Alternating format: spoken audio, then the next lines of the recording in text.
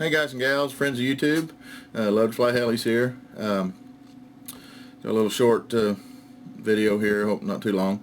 I've got an unboxing I'm fixing to do for you. We did yesterday actually at the flying field. Today's February 18th, Monday, but we did fly all day yesterday and got quite a bit of footage. I've got an unboxing of a new plane here I'm going to show you, but I want to tell you guys, right now I've been really busy working a lot and I'm behind on a lot of my videos, watching and comments and stuff. I've got a bunch of them I need to answer and I haven't had a chance yet, but just want to let you guys know I've got this one and a couple other little short ones I'm going to put up, and then I'm going to be taking a break from YouTube for a little while, a week or so, a couple weeks, and so you may not hear nothing from me for a little bit. I'm still here. I have a dear friend, two brothers that have been lifelong buddies of mine for 41 years. We've still good friends to this day. We met when we were 12 years old. While I was flying yesterday, I got the call that the oldest one, my buddy Jack, had passed away yesterday morning. It's been real hard for me because we grew up together. So anyway, I was supposed to go down to his house the next couple of weeks, and he was going to help me do an aerial video of the little town where we grew up as kids. He still lives there. He's never left. It's only about 50 miles from here. Anyway, he was going to help me.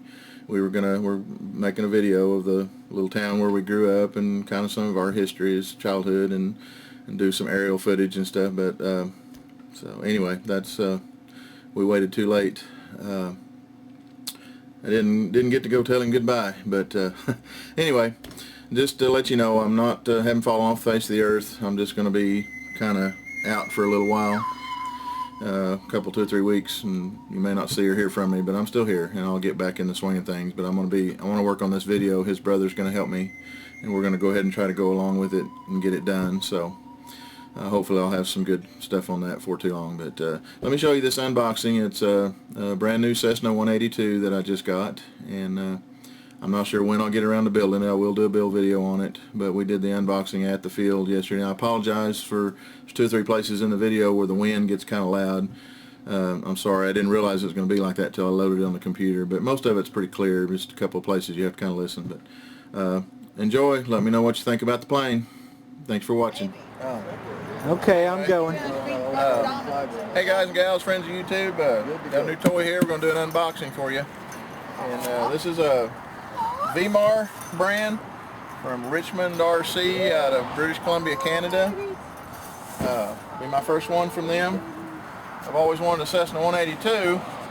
I didn't want the red one or the blue one. That's all you can find. Well, I found this green one and decided to get it. So I like the color scheme. The kit is packaged very well. They had bundles of this stuff. I just popped that loose. Did I pop off of there again? I don't know. Looks pretty important though. Yeah, that's that came off. Oh. What I'm looking at is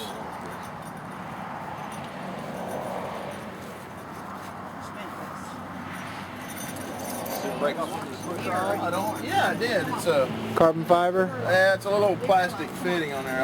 I can done see. I don't like that. I'll change that. Alright, we found out one thing. Not real crazy about the linkage. Let me find it here.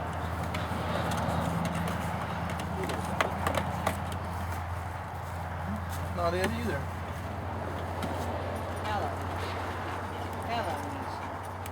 There it is.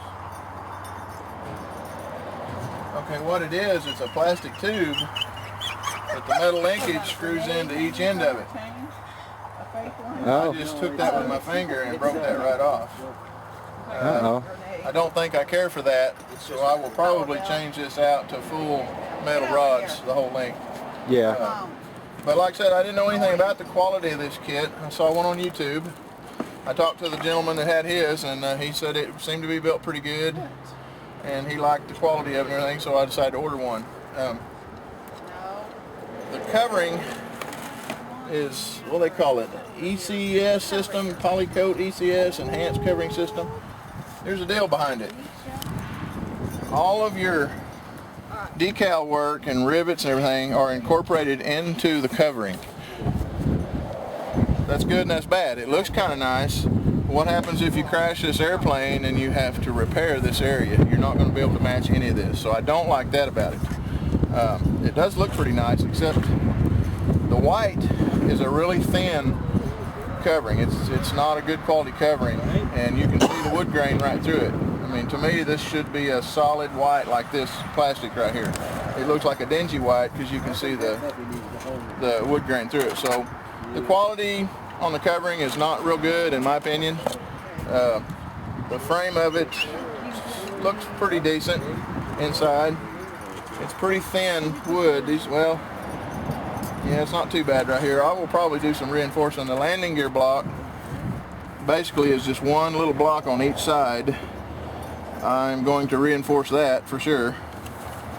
The quality is kind of so-so. But the one I watched on YouTube did fly real well. It does not come with a manual. This is what you get. Pretty much telling you about their ECS covering. And the only thing it shows you in here is how to put the control horns on. What you have to do is you have to go online to their website. Their website's a little difficult to maneuver, but you have to go to this plane and then find the information site on it, click on that, go through a few other pages, and then you can download the full manual in a PDF form. And the manual is pretty thorough, basically with every other plane. The only thing I didn't like in it, it did not give any measurement on how far from the firewall to the thrust washer on the engine.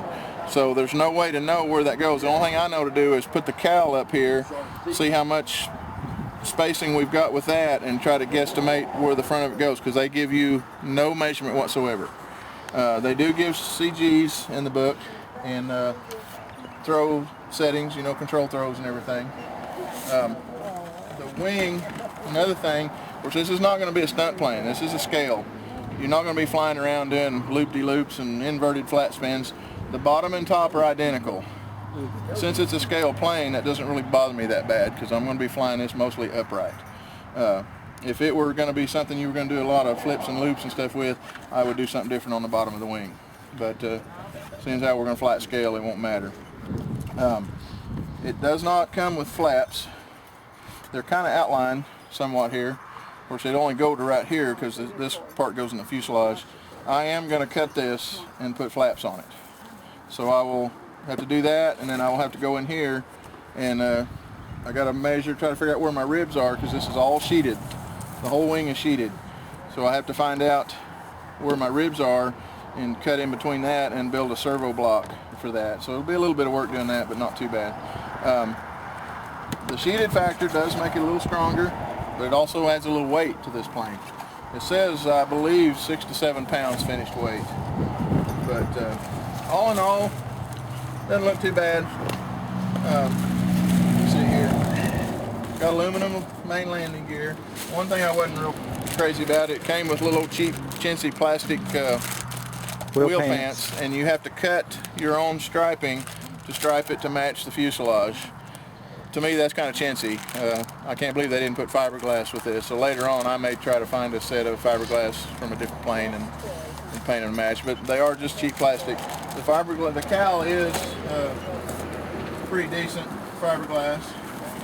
But same thing on that, you have to stripe it yourself, which I guess can be a good thing, because a lot of times you put them on there, the stripes don't match what's on the fuselage. This way I can fit this and mount it and then put my stripes on to match perfect. So I guess that's a plus side.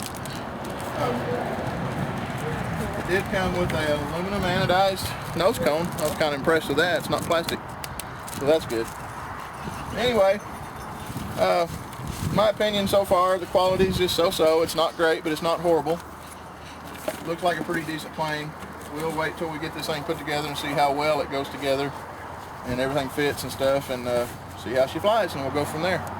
What was the cost on this plane? Cost was $169.99. With freight, it was $198.78, something like that. Just under $200. Awesome. Oh yeah, the engine size, it's a 63.5-inch wingspan. Engine size calls for a 46 to 61 two-stroke or a 52 to 70 four-stroke. I have an OS 70 four-stroke I'm going to put on it, so I'm gonna put the top power plant in it. As far as electric, 400 to 600 watt brushless motor, which the guy I watched on YouTube, he's from Australia. His was electric. He really liked his plane, and it flies very well. I watched several of his videos and stuff. So anyway, we'll get this thing put together here sometime in the next few months, and we'll do probably a build video on it and do a maiden flight. See what happens. Thanks for watching.